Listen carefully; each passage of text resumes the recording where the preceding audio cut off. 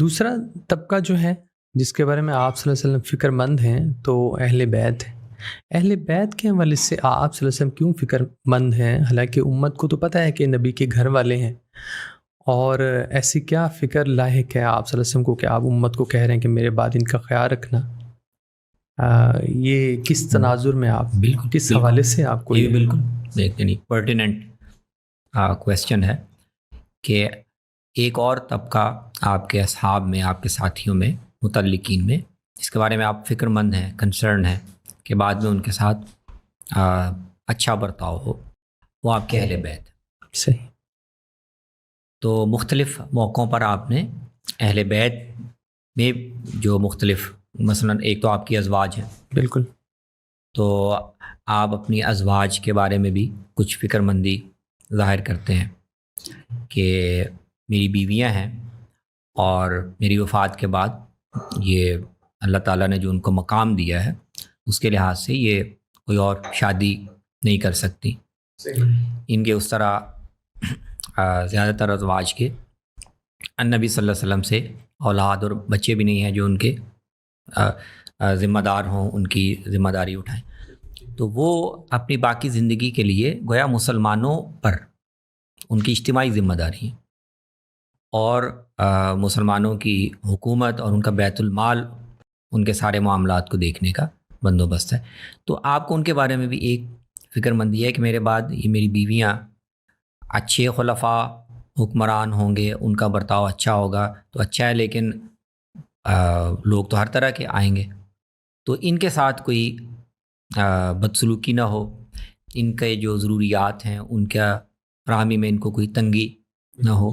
تو آپ کو اپنی ازواج کے بارے میں بھی یہ ایک فکر مندی ہے اور آپ اس کا اظہار بھی کرتے ہیں.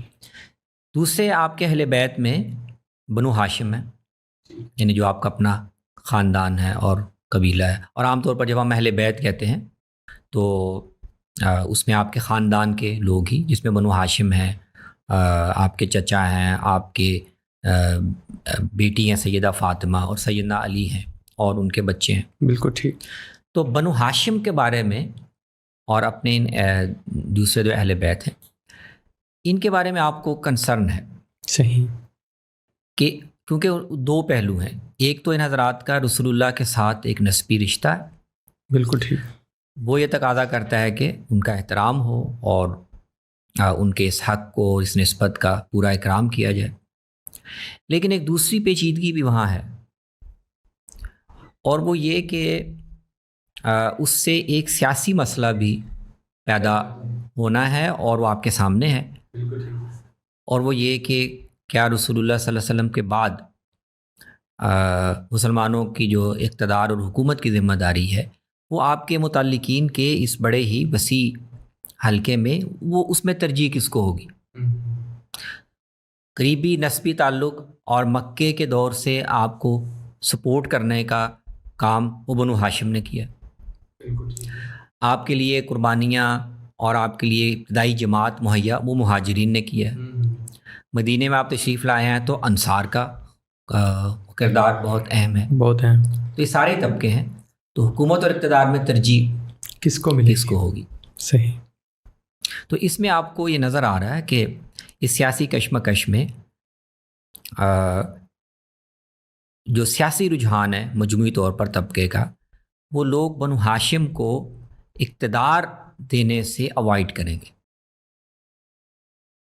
اور وہ آپ کو صحابہ میں اس اہل بیت کو بھی اس کا ادراک ہے کہ اس کے کچھ جنون، کچھ قابل لحاظ پہلو ہیں، وجوہات ہیں جس کی وجہ سے صحابہ کی جماعت اور مہاجرین اور قریش کے باقی جو پوری عصبیت ہے ان کو یہ لگ رہا ہے کہ ایک تو رسول اللہ صلی اللہ علیہ وسلم کے خاندانی نسبت بنو ہاشم کو جو حاصل ہے یہی بہت بڑا شرف ہے.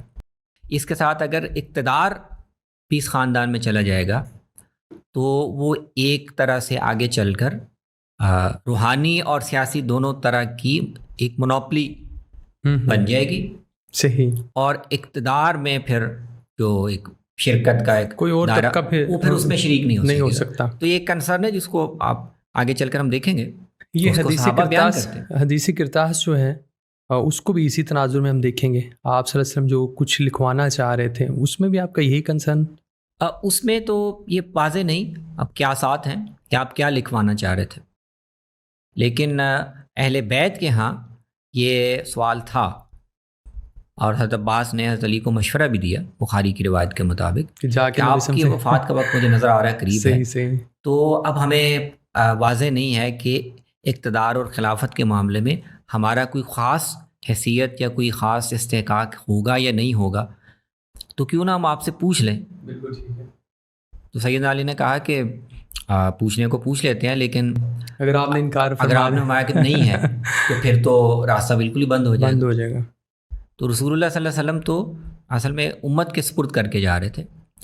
تو خیر یہ ایک دوسری بحث ہے، لیکن اہل بیت کے بارے میں جو آپ کو فکر مند وہ یہ ہے کہ اس سیاسی کشمکش کی وجہ سے یہ نہ ہو کہ اہل بیت کو میرے ساتھ نسبت کی وجہ سے اور دین میں جو ان کی خدمات ہیں اس کی بھی ناقدری ہو، بالکل ٹھیک ہے، اس کا بھی حق نہ پہچانا جائے، اس کی وجہ سے کوئی بدسلوکی ان کے ساتھ کی جائے۔